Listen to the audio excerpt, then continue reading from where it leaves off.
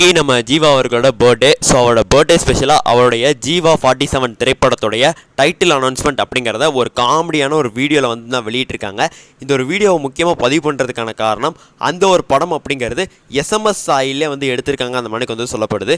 SMS அப்படிங்கிறது என்ன மனுக்கு ஒரு 2K கிட்டுக்கு one of the favourite movie அப்படி தான் வந்து சொல்லி ஆகணும். ஸோ 2010 காலகட்டத்தில் வந்து வெளியே இருந்தது. ஸோ அந்த ஒரு படத்தை நான் வந்துட்டு 2015 கிட்டக்க வந்து பார்த்துருப்பேன். உண்மையிலே ரொம்பவுமே வந்து ஜாலியாக இருக்கும். ஸோ அந்த ஒரு ஜானரில் வந்துட்டு பார்த்தீங்கன்னா எடுக்கிறாங்கும் போதே ரொம்பவுமே வந்து எக்ஸைட்டிங்காக இருக்குது. ஸோ அந்த ஒரு காம்போ, அந்த ஒரு ட்ரைபோவை திருப்பி பார்க்குறோம் அப்படிங்கும்போது ரொம்ப எக்ஸைட்டிங்காக இருக்குது. ஸோ உண்மையிலே ரொம்ப காமெடியாக பண்ணியிருந்தாங்க. இதில் பரிதாபங்களில் நடித்த பிரதர்ஸ் அவங்களும் வந்துன்னா படத்தில் பண்ணுறாங்கன்னு கேட்கும்போது உண்மையிலே ரொம்ப எக்ஸைட்டடாக தான் இருக்குது.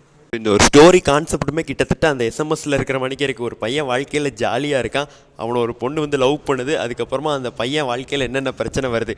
ஸோ டைட்டிலே ஒரு தினுசாக தான் வச்சுருக்காங்க,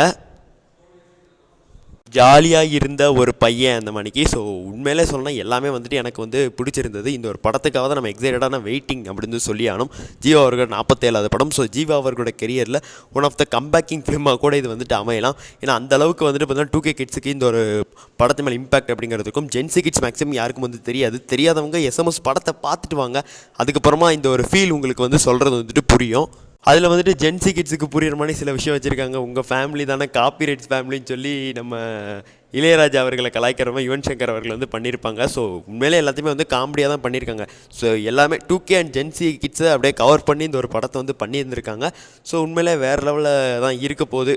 எனக்கு வந்து பண்ணுறதுக்கான முக்கிய காரணம் அந்த எஸ்எம்எஸ் தான் சொன்னேன். ஸோ எல்லாருமே போய் பாருங்கள் இது ஒரு படம். ஸோ உங்களுக்கு எப்படி இருக்குங்கிறத ஃபீல் ஆகும். ஸோ இந்த ஒரு படத்தை வந்து விஷால் அவர்களுடைய ப்ரொடக்ஷன் ஹவுஸ் தான் வந்து எடுத்து பண்ணுறாங்க போல். ஸோ வாழ்த்துக்கள் நல்லா அமையிறதுக்கு. நன்றி, வணக்கம்.